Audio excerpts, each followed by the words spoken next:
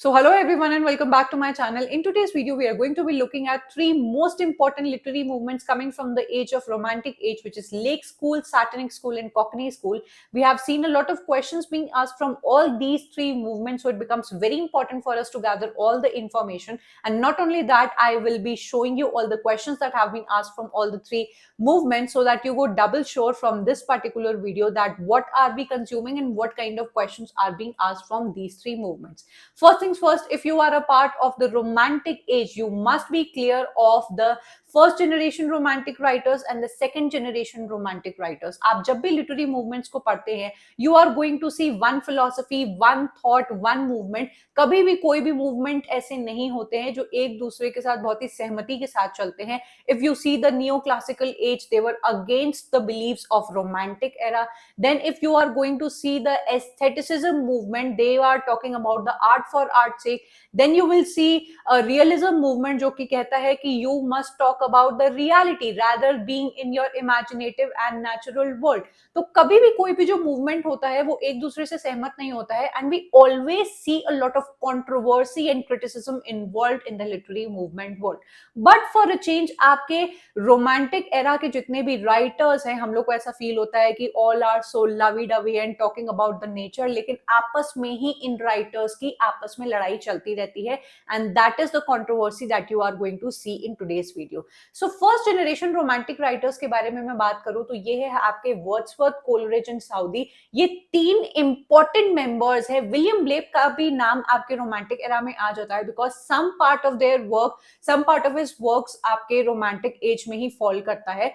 You can not consider William Blake as a very hardcore romantic writer.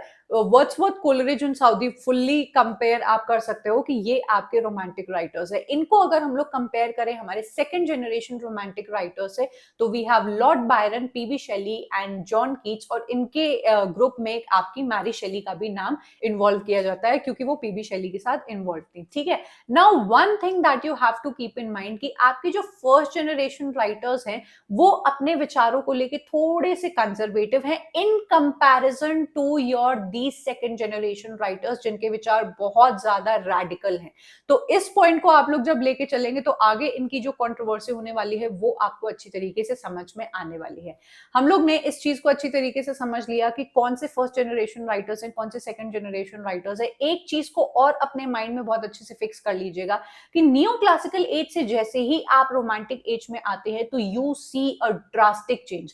Neo classical के जितने भी बंदे थे आपके पॉलिटिकली बहुत ज्यादा इन्वॉल्व थे. वो बात करते थे आपके empiricism, rationalism, logic and reason के बारे में. उनका बहुत हद तक मानना था कि अगर आपको काम लिखना है तो you should model them on the style of the classics. That is why इनको न्यू क्लासिक्स भी कहते हैं. वहीं दूसरी तरफ जब आपके रोमांटिक्स आते हैं तो उनका पूरा ध्यान इंडिविजुअलिज्म के ऊपर था, उनका पूरा ध्यान फ्रीडम के ऊपर था. वो लोग बहुत हद तक फ्रेंच रेवोल्यूशन से इन्फ्लुएंस्ड है एंड बात करते हैं आपकी इक्वालिटी के बारे में. मोनार्की एंड पॉलिटिकली ये लोग इतने इंगेज नहीं रहते हैं एंड एब्सोल्यूट मोनार्की को स्पेशली सेकंड जनरेशन के जितने हमारे राइटर्स हैं वो बिल्कुल भी पसंद नहीं करते हैं. इनके व्यूज बहुत रैडिकल एंड रेवोल्यूशनरी हैं. तो इस चीज को अगर आप लोग ध्यान में रख के चलेंगे तो आपको और अच्छी तरीके से चीजें समझ में आएंगी. When I talk about the romantic era movements, तो you not only have the lake school of poetry, satanic and cockney, आपके डार्क रोमांटिसिज्म एंड ट्रांसेंडेंटलिज्म भी है. एंड लाइकवाइज आपके पूरे रोमांटिक, आपके पूरे लिटरेरी मूवमेंट्स को प्रॉपरली डिवाइड करके ही अगर आप पढ़ोगे तो आपको ज्यादा हेल्पफुल होगा क्योंकि उससे आपको चीजें ज्यादा अच्छे से समझ में आएंगी क्योंकि वो सेग्रीगेटेड वेज में होंगी. फॉर दैट आप मेरा ये कोर्स जरूर से चेकआउट कर सकते हैं, लिंक डिस्क्रिप्शन में है. हम लोग सबसे पहले मूवमेंट के बारे में बात करेंगे जो कि है lake school of poetry. The number one thing that you have to remember, इसके जो मेंबर्स हैं वो है आपके William Wordsworth, Samuel Taylor Coleridge and Robert Southey. आपसे चार राइटर्स के नाम देकर पूछा जाएगा कि बताओ इसमें से कौन लेक स्कूल ऑफ पोएट्री का पार्ट नहीं है, जिसके लिए आपको पता होना चाहिए कि कौन इसका पार्ट है. तो जब भी नोट्स बनाना इनको हाईलाइट करके लिखना. अब जो इनको नाम दिया गया लेक स्कूल ऑफ पोएट्री, वो नाम दिया है आपके फ्रांसिस जेफरी ने. आपको ऐसा देखने में लग सकता है कि हाँ इसमें क्या ही प्रॉब्लम है, लेकिन फ्रांसिस जेफरी ने लेक स्कूल ऑफ पोएट्री बहुत ही आपको सम्मान के साथ इनको ये नाम नहीं दिया है but derogatory and dismissive style में दिया है. Francis Jeffrey new classical age से ही आते हैं, क्लासिक्स को बिलोंग करते हैं एंड आपके रोमांटिक स्टाइल को बिल्कुल भी पसंद नहीं करते हैं, क्योंकि ये जितने रोमांटिक राइटर्स थे वो कॉमन एंड ऑर्डिनरी स्टाइल में लिखना पसंद करते थे, कॉमन टॉपिक्स पर बात करते थे, नेचर एंड ड्रास्टिक लाइफ के बारे में ज्यादा ये लोग प्रेफर करते थे बात करना, इंडिविजुअलिज्म की बात करते थे at the cost of your intellect and reason. तो जाहिर सी बात है फ्रांसिस जेफरी को उस टाइम पे ये राइटिंग्स पसंद नहीं आई and I have already made this thing clear to you कि जब भी कोई एज चेंज होगी, मूवमेंट चेंज होगा एंड आप एक एज से दूसरी एज में जाओगे तो दोनों के जो विचार होते हैं वो क्लैश करते हैं एंड हेंस ऐसा होता ही है कि हमारे विचार हमारे पेरेंट्स को नहीं पसंद आते हैं एंड हम लोगों को कभी आगे आने वाले जेनजी लोगों के विचार जो इतने ज्यादा फ्रीडम के बारे में बात करते हैं वो थोड़े से हजम नहीं होते हैं। So this is a common process of life, आप मूवमेंट्स में भी देख सकते हो एंड अपनी रियल लाइफ में भी देख सकते हो। बात करेंगे कैरेक्टरिस्टिक्स के बारे में जो लेक पोएट्री की अपनी पोएट्री में आपको देखने को मिलती है एंड जिसकी वजह से इनको क्रिटिसिज्म का सामना करना पड़ता है। नंबर वन थिंग इज कि जितने भी लेक पोएट्स है, स्पेशली आपके कोलरिज, साउदी एंड वर्ड्सवर्थ, ये लोग नेचर के ऊपर बात करते हैं, रूरल लाइफ के ऊपर बात करते हैं। They talk about the simple joys of country life. You will never see any writer before them जो आपकी कंट्री साइड लाइफ के बारे में, गांव की life and rustic pastoral life के बारे में बात कर रहा है। ये पहले ऐसे राइटर्स निकल के आए थे, हेंस आपके न्यू क्लासिकल एज में जब ऐसे राइटर्स निकल कर आए एंड रोमांटिक एरा आपका मियर स्टार्ट ही हो रहा था, तो जाहिर सी बात है लोगों को इनकी जो थॉट्स हैं वो पसंद नहीं आए होंगे। देन इनका जो लैंग्वेज थी वो कॉमन लैंग्वेज थी as compare to the artificial language of the new classical age, क्योंकि वो लोग डिक्शन को लेकर बहुत ज्यादा पर्टिकुलर होते थे, यूनिटीज को लेकर बहुत ज्यादा पर्टिकुलर होते थे। ये सभी चीजें आपको रोमांटिक राइटर्स या उनकी पोएट्री में देखने को नहीं मिलेगी, क्योंकि वो लोग बहुत ही फ्री स्टाइल में एंड कॉमन लैंग्वेज में लिखा करते थे। सेंट्रल थीम्स इनकी हमेशा इमोशन के ऊपर, इंडिविजुअलिटी के ऊपर, नेचर के ऊपर रहती थी एंड दिस वाज समथिंग जो आपको न्यू क्लासिकल एज में बिल्कुल भी देखने को नहीं मिलेगा। तो इसकी वजह से होता क्या है कि फ्रांसिस जेफरी जो कि एक प्रोमिनेंट लिटरेरी क्रिटिक है, एक अपने मैगजीन में which is by the name the Edinburgh review, अब ये मैंने हाईलाइट किया हुआ है एंड आपको भी अपने नोट्स में इसको हाईलाइट करके लिखना होगा because this is the main magazine. अगर आपसे पूछा जाए कि लेक स्कूल ऑफ पोएट्री का जो नाम है वो कौन सी मैगजीन में सबसे पहले डाला गया या लिखा गया, तो ये है एडिनबर्ग रिव्यू, जिसके अंदर आपके लेक स्कूल को एक बहुत ही डिसमिसिव स्टाइल में ये नाम दिया गया उनको क्रिटिसाइज करने के लिए। फ्रांसिस जेफरी आपके लेक स्कूल ऑफ पोएट्स को बिल्कुल पसंद नहीं करते। अच्छा, आप लोग सोच रहे होंगे कि इनको लेक स्कूल ऑफ पोएट्री नाम क्यों मिला हुआ है। दैट्स बिकॉज कि इंग्लैंड के, यूनाइटेड किंगडम के एक लेक डिस्ट्रिक्ट में जाके ये तीनों राइटर्स रहते हैं, आसपास नहीं बिल्कुल घर बना के रहते हैं, पर उस डिस्ट्रिक्ट में ये लोग जाकर रहते हैं जो नेचर के बहुत पास होता है, सिटी लाइफ से काफी ज्यादा दूर होता है एंड वहीं से अपने वर्क्स को लिखा करते हैं, हेंस इनको ये डेरोगेटरी टर्म मिल जाता है। जेफरी को आपके लेक स्कूल ऑफ पोएट्री की स्टाइल तो पसंद नहीं आती थी, लेकिन specially he had a bone to pick with Wordsworth. इनका प्राइमरी टारगेट जो रहे हैं वो वर्ड्सवर्थ रहे हैं, क्योंकि इनका मानना था कि वर्ड्सवर्थ का जो डिपार्चर था from classical poetry and the writing style and the diction, वो आपके जेफरी को बिल्कुल पसंद नहीं आता था। Jeffrey thought that Wordsworth and his companions indulged into excessive sentimentality at the cost of your intellect and reason. इनका ये मानना था क्योंकि आपके न्यू क्लासिकल एज में साइंटिफिक टेम्परामेंट को एंड इंटेलेक्ट एंड रीजन को बहुत ज्यादा प्रेफर किया जाता था, तो ऐसे जब राइटर्स निकल के आ जाएंगे जो नेचर के बारे में बात कर रहे हैं, क्लासिकल्स को फॉलो नहीं कर रहे हैं, ऑर्डिनरी स्टाइल में लिख रहे हैं, जाहिर सी बात है वो इनको पसंद नहीं आएंगे। He specially disliked Wordsworth poetic theories, specially जो इन्होंने अपने manifesto that is the preface to Lyrical Ballads में लिखी हुई थी कि क्यों इन्होंने इस वर्क को लिखा है, क्यों इन्होंने आपकी बहुत ही common language and ordinary people की लाइफ्स को दिखाना प्रेफर किया है, ये सब चीजें इनको पसंद में नहीं आ रही थी and he became the primary target of Jefferies criticism. आपके जेफरी इस पर्टिकुलर वर्क में आपके एडिनबर्ग रिव्यू के अंदर लिरिकल बैले एंड आपके वर्ड्सवर्थ की जो पूरी पोएट्री कलेक्शंस हैं उनको, द एक्सकर्शन, उसको बहुत ही बुरी तरीके से क्रिटिसाइज करते हैं और कहते हैं दिस विल नेवर डू। ठीक है, देन लास्टली आपको अगर ये लगता है कि सिर्फ Francis Jeffrey was the person जिन्होंने इनको क्रिटिसाइज किया, तो उस टाइम के सभी नियो क्लासिकल राइटर्स, देखो चेंज को अपनाने में टाइम लगता है, बाद में आपके रोमांटिक राइटर्स बड़े फेमस हो गए एंड वर्ड्सवर्थ को लोग भगवान की तरह देखने लगे। इनिशियली आप जब भी कोई नया काम करते हो तो कैसे आपके घर वाले एंड रिश्तेदार बिल्कुल हाथ खड़े कर देते हैं, कहते हैं नहीं नहीं ये तो गलत है, ये तो सही नहीं है, तुम्हारा तरीका सही नहीं है। So similar those things happened with the romantic writers as well and a lot of critics ने उनको ये बोला कि ये एस्केपिस्ट मोड में चले गए हैं, क्योंकि रोमांटिक रेवोल्यूशन आपका जब आया था तब आपका आपका फ्रेंच रेवोल्यूशन चल रहा था, देन इंडस्ट्रियल रेवोल्यूशन आया हुआ था, people were talking about the scientific temperament and technology, and ये बिल्कुल आपके नेचर में चले जाते हैं, बिल्कुल सॉलिटरी कन्फाइनमेंट में, एंड वहां पर सिर्फ नेचर के बारे में बात करते हैं। इंडस्ट्रियल रेवोल्यूशन को भी ये लोग सपोर्ट नहीं करते थे, क्योंकि जितने भी लैंडस्केप्स थे वो पूरी तरीके से बर्बाद कर दिए जाते हैं जब कोई इंडस्ट्री या प्लांट वहां पर प्लांट किया जाता है। तो ओवरऑल आपकी जो majority elite aristocratic people and the people who were supporting the monarchy and all these things, उनको ये लोग पसंद नहीं आते थे एंड कहते थे कि ये लोग एस्केपिस्ट मोड में चले जाते हैं। आपके लॉर्ड बायरन जो रोमांटिक राइटर्स का ही पार्ट है, उन्होंने भी आपके रोमांटिक राइटर्स को ही एक डेरोगेटरी टर्म दिया है, लेकर्स बोला है इनको, एंड अपने work English Bards and Scotch Reviewers के अंदर इनको अच्छी खासी इनका क्रिटिसिज्म किया है। तो लॉर्ड बायरन का नाम याद रखिएगा, इनको अपने ही समाज वाले या अपने ही रोमांटिक राइटर्स की बुराई करने के लिए जाना जाता है। ठीक है, अगले स्कूल के बारे में बात करेंगे, way you will actually come to know कि आपके लॉर्ड बायरन कितना ज्यादा क्रिटिसाइज करते हैं आपके फर्स्ट जनरेशन राइटर्स को, रोमांटिक राइटर्स को।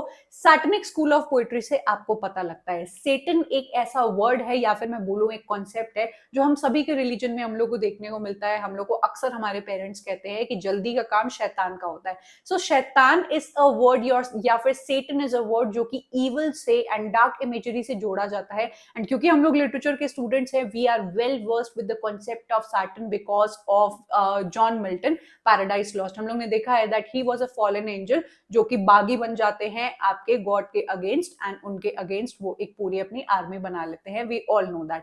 तो यहां पर सैटनिक स्कूल ऑफ पोएट्री का नाम लेने का क्या रीजन रहा है और किसने ये नाम किसको दिया है वो आपको पता चलेगा।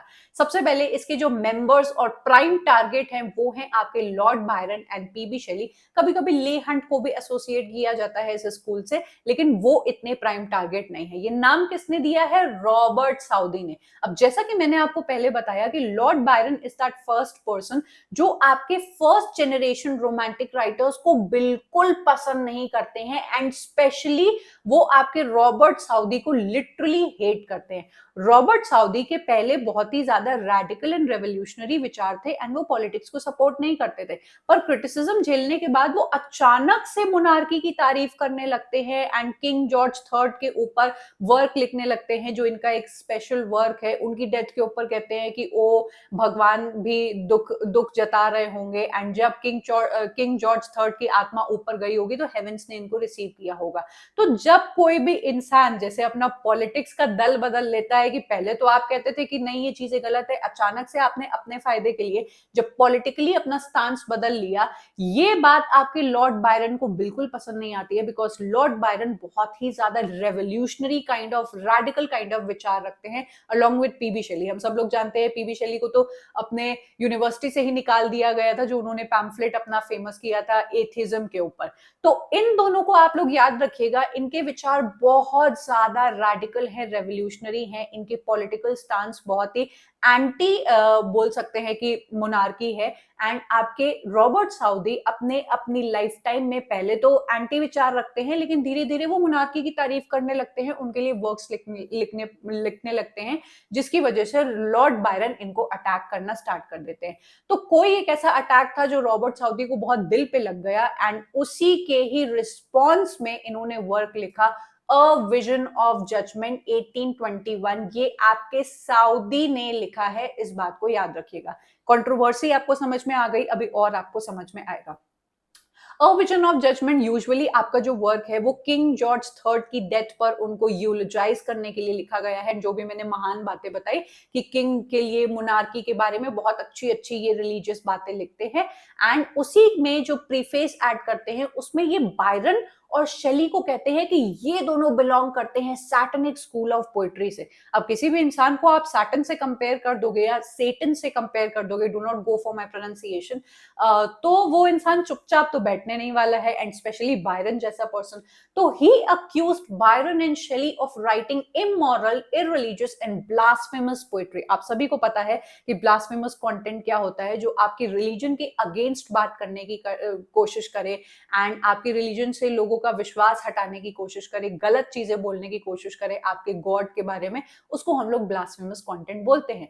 तो इन्होंने, आपके साउदी ने कहा कि बायरन एंड शेली बहुत ही ज्यादा डार्क वर्क लिखा करते हैं, इनकी जो इमेजरी है डिफायंट है, देन ये जिन थीम्स के ऊपर बात करते हैं वो रेबिलियस एटीट्यूड है इनका, एंड ये लोग हमारी सोसाइटी में वाइस को प्रमोट करने की कोशिश कर रहे हैं, लोगों को उनके रास्ते से, रिलीजियस जो बिलीव्स होते हैं उससे भटकाने की कोशिश कर रहे हैं, और आपकी मोनार्की जो हमारे किंग होते हैं उनको डिफाई करने की कोशिश कर रहे हैं, एंड ये बात आपके सऊदी को पसंद नहीं आती है। Both Byron and Shelley had revolutionary views which were critically orthodox, जो critical थे आपके orthodox religion and societal norms के according। तो आपके बायरन तो ऑलरेडी बायरोनिक हीरो बनाने के चक्कर में बहुत ही ज्यादा फेमस हो गए थे कि ये एक ऐसा आपका राइटर निकल के आया है जो कि बहुत ही बायपोलर चीजों के ऊपर एंड डार्क इमेजरी के ऊपर बात करता है। बायरन अपने आप को सेटन से एसोसिएट करने के ऊपर बहुत ही ज्यादा अच्छा फील करते हैं, एंड आपके रॉबर्ट साउदी का जो वर्क है अ विजन ऑफ जजमेंट के अटैक में अपने आप को डिफेंड करते हुए एक वर्क लिखते हैं द विजन ऑफ जजमेंट, जिसके अंदर ये किंग जॉर्ज थर्ड को बहुत ज्यादा कॉमिकल वे में दिखाते हैं, देन सऊदी को भी उसमें ये लपेट लेते हैं और इनको बहुत अच्छे से क्रिटिसाइज करते हैं, और ये जो पब्लिक लड़ाई है वो इनकी चलती रहती है। तो आपको क्या याद रखना है कि अ विजन ऑफ जजमेंट आपके सऊदी को बिलोंग करता है, द विजन ऑफ जजमेंट आपके बायरन को बिलोंग करता है। नाउ इसकी और भी बहुत सारी इंफॉर्मेशन है जो आपको पता होनी चाहिए, जैसे यूजीसी नेट में आजकल एग्जैक्ट लाइंस पूछी जाती हैं कि बताओ इसके अंदर ये लाइंस किसने बोली हैं। तो और भी बहुत सारी जो डिटेल चीजें हैं वो मैंने अपने कोर्स में पढ़ा के रखी हैं, आप चाहो तो एक बार उसको जरूर से देख लेना, अदरवाइज आपको लगता है कि if this is enough for you so this will be your call. The essay with almost the same name turned into the controversy into a heated public feud। ये लड़ाई बहुत ही ज्यादा लंबी चलती है, आपको डेट याद रखनी है, दोनों का एसे का नाम याद रखना है, कंफ्यूज नहीं होना है कि अ विजन ऑफ जजमेंट किसका है, द विजन ऑफ जजमेंट किसका है, बेसिकली उन्होंने किन किन चीजों के बारे में एसे के अंदर बात की है, एंड कौन कौन सी लाइंस एक दूसरे के लिए यूज की हैं, जिससे आपके एग्जाम में क्वेश्चंस भी पूछे गए हैं, which I will show you shortly. Third हमारा जो मूवमेंट आता है वो है कॉकनी स्कूल ऑफ पोएट्री। मैं पहले आपको वर्ड बता दूं कि कॉकनी आपका एक एक्सेंट होता है जो लंदन के ईस्ट मिडलैंड एरिया में बोला जाता है, and this is an accent जो आपके जो लोअर क्लास पीपल होते हैं, लेबर क्लास पीपल होते हैं, वो लोग यूज करते हैं, विच इज कंप्लीटली ओके। आप इस बात को बहुत अच्छी तरीके से समझते हैं कि if you are living in city area तो हमारा जो एक्सेंट होता है हिंदी ही बोलने का वो अलग होता है, आप थोड़ा सा गांव वगैरह में चले जाएंगे तो हिंदी ही बोलने का उनका एक्सेंट अलग हो जाता है।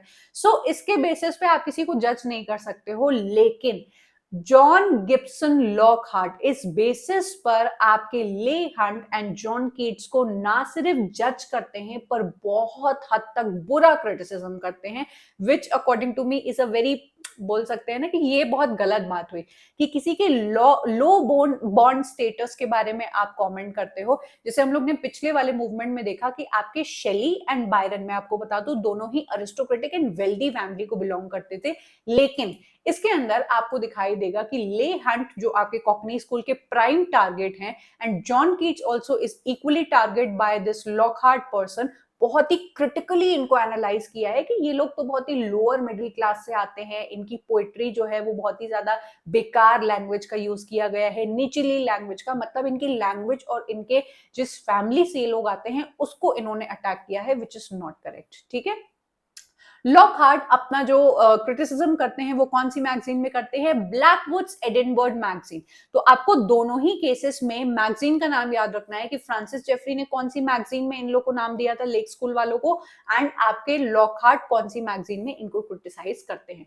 तो इस मैगजीन के अंदर ये इन दोनों को क्रिटिसाइज करते हैं और कहते हैं, derogatory term Cockney school of poetry देते हैं और कहते हैं, to describe this group of writers focusing their supposed lack of refinement and rural upbringing. कहते हैं कि भाई इन्होंने अच्छे स्कूल्स में जाकर पढ़ाई नहीं की है, छोटे से स्कूल में पढ़ाकर ये लोग क्या अच्छे काम लिख लेंगे। इनके वर्क्स को अटैक किया जाता है कि देखो कैसी मतलब बिल्कुल कॉमन लैंग्वेज, ऑर्डिनरी लैंग्वेज में ये लोग लिख रहे हैं, बिकॉज पढ़े लिखे नहीं है, एंड इनको अपने वापस उन्हीं छोटे छोटे घरों में, झोपड़ियों में चले जाना चाहिए, and they should not attempt poetry. मतलब इतनी हार्श बातें इन्होंने बोली है। Lockhart attack the Cockney school, particularly John Keats, मतलब ले हंट को भी अच्छा खासा इन्होंने टारगेट किया है, लेकिन जॉन कीट्स की जो एंडीमियन वर्क है, जो उनकी पोएट्री है, उसको तो इतना ज्यादा इन्होंने अटैक कर दिया, कहा कि वल्गर स्टाइल ऑफ पोएट्री इन्होंने लिखी है, कितना इनकी जो लैंग्वेज है वो बिल्कुल कॉमन है एंड मतलब लो बॉर्न लोगों के लिए है। एंड ये जो इनका क्रिटिसिज्म था कि जॉन कीट्स, कहा जाता है कि इस क्रिटिसिज्म की वजह से जॉन कीट्स जो बहुत ही जल्दी हम लोग के बीच से चले जाते हैं अपनी बीमारी ट्यूबरकुलोसिस की वजह से, लोग ऐसा मानते हैं कि इस क्रिटिसिज्म ने उनकी डेथ को और भी ज्यादा पास ले आए थे, बिकॉज क्रिटिकली उनको उस टाइम पर बहुत लोग क्रिटिसाइज कर रहे थे उनकी लैंग्वेज के लिए। So these poets were from lower middle class and lived in London, hence the name Cockney. The Cockney poets emphasized a more accessible, personal and domestic approach to poetry, क्योंकि ये लोग बहुत ही ज्यादा क्लासिकल्स एंड बहुत ही बड़े बड़े colleges से पढ़कर नहीं आते हैं, तो इनकी लैंग्वेज दिखावटी नहीं होती है, एक नॉर्मल इंसान को अच्छे से समझ में आ जाती है। जो इलाइट एंड अरिस्टोक्रेटिक पीपल होते हैं, लॉकहार्ट जैसे, उनको तो जैसे मजाक उड़ाने का मतलब कोई फर्क ही नहीं पड़ता है। ऐसा ही सिमिलर टाइप ऑफ, अगर आप लोग याद करें, तो अटैक किया गया था by Robert Greene on Shakespeare. Robert Greene क्योंकि आपकी ऑक्सफोर्ड यूनिवर्सिटी विच को बिलोंग करते हैं, कहते हैं कि भाई हम लोग तो बड़ी बड़ी अच्छी यूनिवर्सिटी को बिलोंग करते हैं, हमारी पढ़ाई अच्छी हुई है, हमारी राइटिंग स्टाइल इतनी ज्यादा रिच है, एंड ये शेक्सपियर जो जिसकी फॉर्मल एजुकेशन भी नहीं हुई, हमसे भी अच्छे वर्क्स लिख रहा है, इमिटेट कर रहा है अपने ग्रोथ्स वर्थ ऑफ विट वाले पैम्फलेट एंड वर्क के अंदर, बहुत ज्यादा क्रिटिसाइज किया है आपके शेक्सपियर को कुछ इसी ही टर्म से। सो while I was preparing this, मुझे बहुत कनेक्ट कर रहा था कि कैसे किसी के स्टेटस को लेके कुछ आपके इलाइट एंड अरिस्टोक्रेटिक पीपल होते हैं, वो अटैक करना स्टार्ट कर देते हैं। Keats was infamously target in a scathing review of his poem Endymion, और ये बहुत हार्श रिव्यू किया था आपके लॉकहार्ट ने, जिसकी वजह से कहा जाता है that harsh reviews hastened your Keats death. Byron भी पीछे नहीं हटते हैं, वो तो तीनों ही आपके रोमांटिक एरा के जितने भी मूवमेंट्स है वो क्रिटिसाइज करने में लोगों को आगे रहते हैं। बायरन ऑल्सो मॉक्ड कीट्स, दो he was less critical after Keats death. By Keats की डेथ हो जाती है एंड ये सुनने में आता है, ऐसा होता है ना कि कंट्रोवर्सी हो गई कि इस पर्टिकुलर रिव्यू के बाद उस राइटर की डेथ हो गई, तो कहीं उसी का ही तो पीछे इसमें हाथ नहीं है। उसके बाद बायरन ने थोड़ा अपना मुंह बंद कर लिया था, ठीक है। तो फाइनली अगर हम लोग समराइज करें तो लेक स्कूल को क्रिटिसाइज किया जाता है उनकी सेंटिमेंटालिटी एंड उनके न्यू स्टाइल की वजह से। सैटेनिक स्कूल आपकी आपस में लड़ाई हो जाती है बायरन एंड साउदी की, जो कि बहुत ही कंजर्वेटिव एंड रेडिकल अप्रोच के बीच की लड़ाई थी। कॉकनी स्कूल में क्लास बेस्ड लड़ाई की जाती है कि अरे ये तो लोअर क्लास को बिलोंग करता है एंड उस प्रेजुडाइज के ऊपर बात करता है, विच इज रियली बैड, ठीक है। अब हम लोग क्वेश्चंस देखेंगे, आई होप आप लोग को समझ में आ गया होगा तीनों मूवमेंट्स के बारे में। बहुत ही कम टाइम में मैंने आपको 3 मूवमेंट्स पढ़ा दिए एंड जितनी नेसेसरी इंफॉर्मेशन थी वो मैंने आपको दे दी। आप अगर इसको डिटेल में पढ़ना चाहो तो आई वुड हाईली अप्रिशिएट कि आप या तो इसको सर्च मार लो, अपना डिटेल में जाके पढ़ो कि इन सभी राइटर्स के कौन कौन से वर्क से क्वेश्चन पूछे जा रहे हैं, या फिर आप मेरे कोर्स को भी रेफर कर सकते हो। क्वेश्चन हम लोग देखेंगे, which of the following is not school associated with romantic period in English literature. अब मैंने क्योंकि आपको रोमांटिक एरा के 3 मोस्ट इंपॉर्टेंट पीरियड्स या मूवमेंट्स पढ़ा दिए, तो अब आपके लिए इसको पिक आउट करना आसान है कि फायर साइड जो स्कूल है वो कहीं से भी आपके रोमांटिक एरा को बिलोंग नहीं करता है। ये आपके कुछ अमेरिकन राइटर्स थे जिनको स्कूल रूम पोएट्स भी कहा जाता है, ये कहीं से भी आपके रोमांटिक एरा को बिलोंग नहीं करते हैं। So cockney school, lake school and satanic school are a part of your romantic era. ये एक बड़ा सा क्वेश्चन हम लोग को देखने को मिलता है क्योंकि आपका यूजीसी नेट आजकल एग्जैक्ट टेक्स्ट उठा लेता है एंड पूछता है कि बताओ ये लाइंस किसने कॉइन की है, तो ये आपको तभी पता होंगी जब आपने डिटेल में पढ़ाई की होगी। Who viewed Wordsworth, Southey and Coleridge as representatives of a sect of poets, dissenters from the established systems in poetry and criticism, who constituted the most formidable conspiracy against the sound judgment in matters political। मैंने कहा ना कि ये movements आपके politically भी engaged हैं, जब politically इनके व्यूज आपस में नहीं मिलते हैं तो भी ये लोग एक दूसरे पर अटैक करते हैं। तो ये चीज आपको अपने नोट्स में लिखनी चाहिए कि फ्रांसिस जेफरी जो कि एक कंजर्वेटिव अप्रोच रखते हैं वो आपके इन लेक पोएट्स को पसंद नहीं करते हैं। तीसरा question, Who among the following refers to Byron's works monstrous combinations of horrors and mockery, lewdness and impity? ये आपका लेटेस्ट क्वेश्चन पूछा गया है, जहां पर आपसे देखो डायरेक्टली टेक्स्ट उठाकर पूछ लिया। तो ये मैंने अपने कोर्स में डिटेल में पढ़ाया है। When I am teaching you in detail, तो मैं आपको वो हर लाइन प्रोवाइड करती हूँ जो आपके एग्जाम में पूछा गया है या पूछा जा सकता है, क्योंकि अब यूजीसी नेट ने अपना स्टाइल बदल दिया है, वो सीधी सीधी बात नहीं पूछता है एंड एग्जैक्ट लाइंस उठाकर आपके सामने कोट कर देता है। तो आपको ये अपने नोट्स में जरूर से लिखनी चाहिए। ये उन्होंने रॉबर्ट साउदी के लिए बोली है, बायरन ने बोली है रॉबर्ट साउदी के लिए। Who among the following refers to Byron's work, sorry Southey ने बोली है आपके बायरन के लिए कि इनका वर्क मॉन्स्ट्रस है। तो अगर सपोज आपने नहीं भी पढ़ा है, मैंने आपको जो पढ़ाया, आपने एग्जैक्ट लाइंस नहीं पढ़ी हैं एंड मैंने आपको बता दिया कि साउदी को बायरन का काम नहीं पसंद था, उसको डेविलिश एंड ब्लास्फेमस बोला था, तो आप थोड़ा सा मॉन्स्ट्रस, हॉरर, इन वर्ड से आप लोग पता लगा सकते हो कि वो उनको कुछ ऐसा ही बोलने की कोशिश कर रहे होंगे। हमारा अगला क्वेश्चन है, who among the following was not associated with Cockney school of poetry? Again आपको तीनों जो मैंने मूवमेंट्स पढ़ाए उसके मेंबर्स रटे होने चाहिए। कॉकनी स्कूल में हम लोग ने जॉन कीट्स को पढ़ा, पीबी शेली को पढ़ा, ले हंट उनके टारगेट रहे हैं।